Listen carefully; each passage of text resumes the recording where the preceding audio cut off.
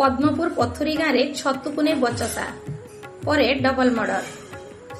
छतुकुनी कलहर टांगिया हाणी खुड़ी और भौणी को हत्या करिछि पुतुरा। मिलिथिबा सूचना अनुसार पद्मपुर थाना पथुरी गाँव शशिभूषण नाग एवं तांको दादा विशिकेशन नाग भितर आज सकाळु बचसा होइथिला। खबर अनुसार विशिकेशन निज बाड़ी रे छतु चाष करथिले जहाकु केही तोली नैथिले। तेबे एने विशिकेशन सकाळु किए नेला बोली पाटी कलारु शशिभूषण तांको आरोप करिथिबा भाबी दादांक सह बचसा होइथिला।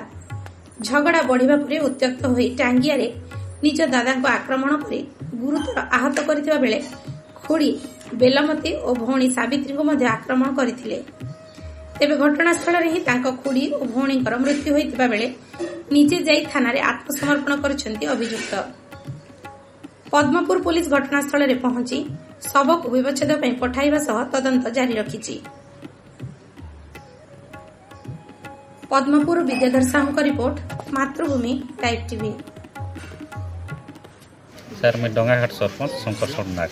ये जन पथरी गाँव में घटनाटे घटी काଣା बोली आप जान काଣା कि कहे एटा तो से तार पुतराटा आज्ञा तार काकी और तार से काकीर झील को तार भौणी को पूरा मारी देकर द्वार पकई दी क्या एंता काଣା किसी जना पड़े किसी जहाँ कहबार हिसाब जहाँ कहबार हिसाब बोले आम तो आगुरी किसी नहीं जाने इन से तार जुए आसला कहूँ सेटा गोटे से छतु चाष कर ससुरटा तो से छतुटा किए घिची नहीं जाइए तो आसिक से हुड़ा कुदा गला किए नहीं बोलिक कहला तो से पिलाटा जी मारी जे से मते बोली कहूचे बोली भावला से मारी देचे बोली से तार जुआ कहते तो केंदा हला तापरे तो मारिक तो न पड़ी न पुलिस तो आसिक बर्तमान अभियुक्त बर्तमान केन अछि अभियुक्त बर्तमान केन अछि तो मैंने जाने थाना के जाइए बोली पुलिस कहते तो पहला अभियुक्त थाना के जाकर एफआईआर कला पुलिस आसी।